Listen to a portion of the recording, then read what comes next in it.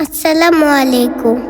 আবৃত্তি করছি কবিতা ঘুমের আগে, কবি আহসান হাবীব।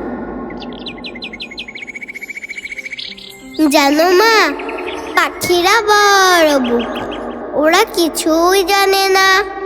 যত বলি কাছে এসো, শুনো শুনো, কিছুতেই মানে না।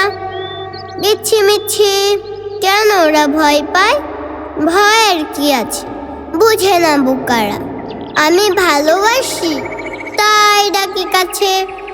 দেখো না, যখন কাল আমাদের আম বাগানের পূব ধারে ওরা সব বসিয়েছে আসর গানের, আমি গিয়ে চুপচুপে কিছু দূরে বসেছি যখন, গান ভুলে বোকাগুলো একসাথে পালালো তখন। ওরা কি জানে না আমি গান বড় ভালোবাসি, তাই যখনই ওদের দেখি চুপে চুপে কাছে চলে যায়। আচ্ছা মা, বলো দেখি কি করে কাটাবো এই ভয়? কি পেলে তখন ওরা সবচেয়ে বেশি খুশি হয়? সাদা করি ওদের কি ভালো লাগে? আমার যেমন ছোট লাল ঘড়ি আছে, মাজা সুতো, ওদের তেমন আছে নাকি?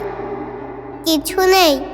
বেশ কথা, না যদি থাকে বোকারা নিজেরা এসে বলে যেতে পারে তো আমাকে, আমি তো দিতেই চাই।